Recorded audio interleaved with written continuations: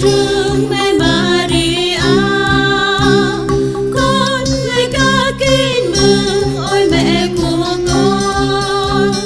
con người con dân tộc đơn đồng khổ đau.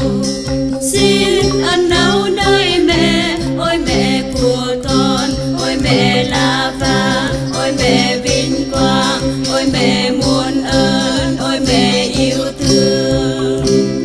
Này đoàn con đây luôn bơ vơ phất phơ, mẹ ơi mẹ ơi. Này đoàn con đây luôn chơi vui giữa đời, mẹ ơi mẹ ơi.